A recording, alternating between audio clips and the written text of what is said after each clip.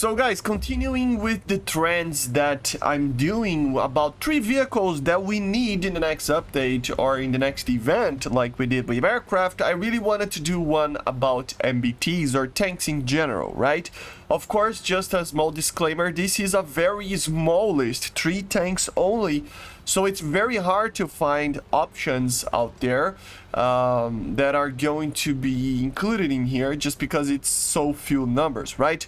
And remember, of course, countries like the Italians, for example, now they do have the 2A7, but still, there are countries out there that would need a new MBT, but without a sub-tree, there isn't anything to be added, right? For example, France is a great nation, but without a sub-tree, that would be it. Just the Leclercs that we have already, right? But they did add a sub-tree and added leopards to it, right? So, in a general sense, that's going to be kind of the trend going to the future for the smaller nations, you know.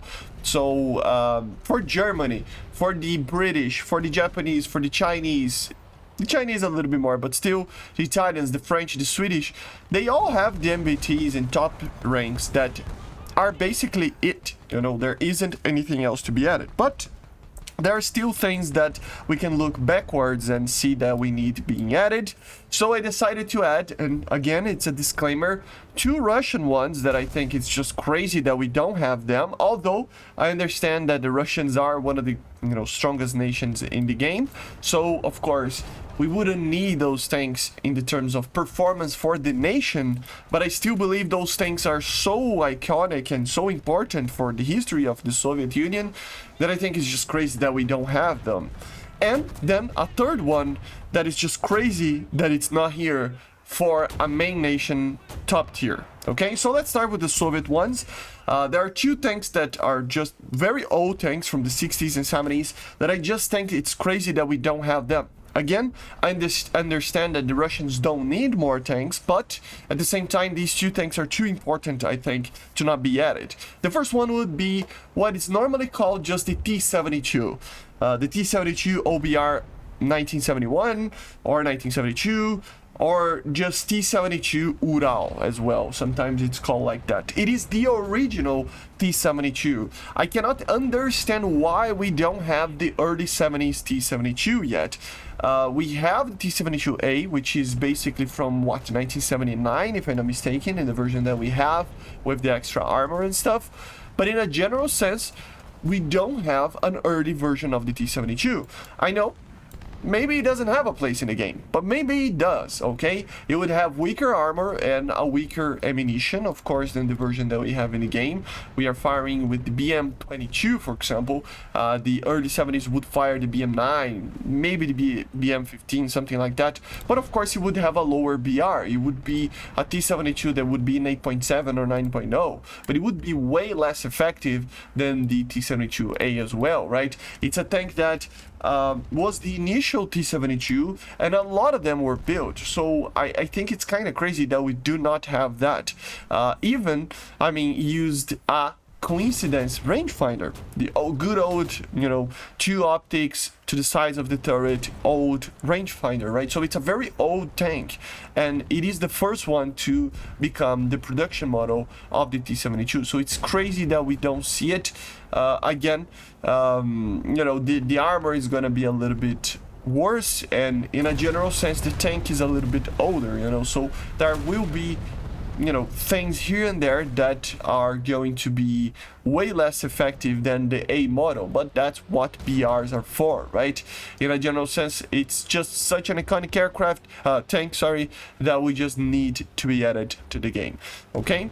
And then, continuing with the trend of the Soviet tanks that should be here and are not here, it's the T-64 from 1964, right? The original one with the 115mm. Yes, we do have our T-64A in the Soviet tech tree, which is a tank that has been in the game for a very long time.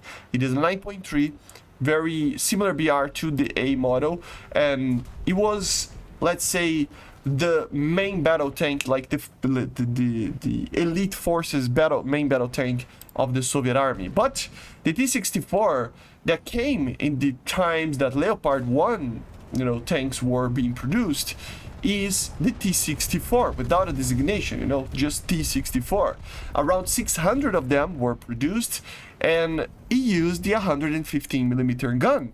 You know, it's a very similar gun to the one in the T-62. It's not the same, but it's similar, and it would be, you know, way less effective, especially because it didn't have composites throughout the whole tank, you know. So you know, the tank itself had composites on the hull, if I'm not mistaken, and then on the turret it was just basically a steel turret, right? So it's way less effective. It was very slow, of course, and of course he had the 115mm instead of the 125, which was way less effective than the 125. So it would be a very low BR compared to the T-64A. But it is the initial T-64. It is the one that got introduced into service in the 60s. It is pretty much the tank that made the Soviets realize that the MBTs were really going to be the future of like tanks, right? Of tank warfare. So it's kind of crazy that we do have, you know, the main one, 125mm main production one from the 70s, but where's the older one? The initial one with very few numbers, and you know, the one, the 115mm gun and less armor. So again, these two tanks, the T-72 without designation and T-64 without designation from the 60s and early 70s, they're just tanks that are too iconic for the Soviet army to not be added to the game. Again, I don't think the Russians need more tanks, okay guys? I agree with you. I don't think it's really needed. They already have a lot of tanks there, but these tanks are so iconic. It's like the MiG-25. They're so iconic that they need to be added just for the sake of being iconic. It's like the US not having the first M60, for example, or something like that, right? It just doesn't make a lot of sense, right?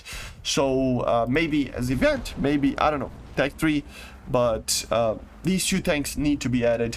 I've been saying this since before the channel, and you know, it's before we even see the T-72A and the T-64A, we should have been having this. Remember when the T-64A was added? It was really OP. Why not, at that time, why didn't they add the normal 115mm T-64? It would be way less OP back then, right? So it's just crazy. The T-72s, they took so much time to add that I'm not gonna even mention, but I mean, still crazy that we don't see the Ural, right? And then for the Americans, yes, the Americans, I believe that it's kind of crazy that we don't see the M1A2 SAP-V3 yet in the Tech 3. I mean, it would be the main and most modern for now M1 that they have in the Soviet in their army arsenal, and it really does not make any sense, right? This tank, of course, wouldn't bring anything too crazy to the table. You know, the main idea here is that it is a modernization over the the SAP-V2, right? And of course, in the future, they are planning to add the M1E3 or whatever it's going to be called. But in a general sense, now it is the most modern version. And since we have T-90Ms and all sorts of very, very, very modern, you know, tanks, why not add this SAP-V3? Like I said, it isn't going to be that different from the SAP-V2, but at least it's a help for the US to remain trying to remain competitive with the Abrams, which is a tank that normally suffers a little bit, right? Of course, the main idea here is that obviously you would have the APS and the ERA that the SAP-V2 and other Abrams have, right? But in a general sense, it would include everything. So, for example, you would have the trophy APS together with the you know, the ERA, sorry, and then together with that, of course, more armor to the turret, if I'm not mistaken, was the main upgrade inside the tank itself, right, in the terms of armor and everything. The hull itself, it is pretty much the same, so it would still have the same weak spots, but in a general sense, it would be a little bit stronger in the turret.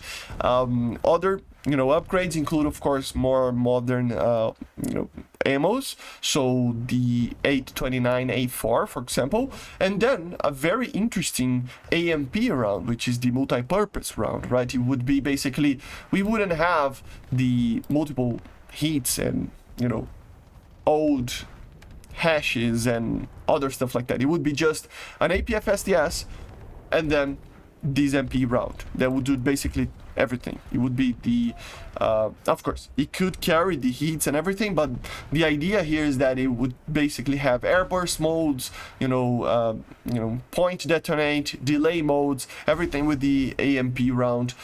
It would be there, so we can destroy helicopters, anti-tank positions, bunkers, whatever. We can do it all with a data link system showing basically in real time to the crew, basically, and be able to for the crew to actually choose whatever type of detonation it would have. In the game, right? So or in the shot. So it would be very interesting. Of course, modernized FLIR systems. So infrared systems and stuff. Of course, you would have more modern, like AP, like I forgot the name of the thing. Vehicle health management system and a line replaceable module, stuff like that. That would basically make the tank a little bit more modern. It would have an improved counter IED armor package as well under the tank, and it would have also, which is very interesting for the game, APU system, so an auxiliary power unit, just like an aircraft, right? Which means that you could basically turn your engine off without making too much noise. You would still make a little bit of noise, but way less, and still have energy for the tank to be able to remain stationary for longer periods of times instead of using the engine, right? So of course, in the game, in real life, that is mainly to increase the range of the tank, but in the game could mean that you can remain quiet without the turbine, which is very, very loud, without losing the energy of the tank, right? Larger FOVs for the tank commanders and tank crews, better, thermal systems, everything with that would be in the tank. So basically it would be small upgrades here and there that eventually would become a better tank. It's a more complete tank compared to the ones that we have in the game. Okay, and that's kind of it, guys, for the US. Until we see what the M1 and E3 will really be like, this would be it for them. Of course, there are prototypes and other things that could be added, the Abram X, for example, or stuff like that, but I think the SEP V3 needs to be the first one that they added, right? And basically this is it. I hope you enjoyed. Make sure to subscribe, leave a like, leave a comment, and I see you guys on the next one. So bye, guys, see ya.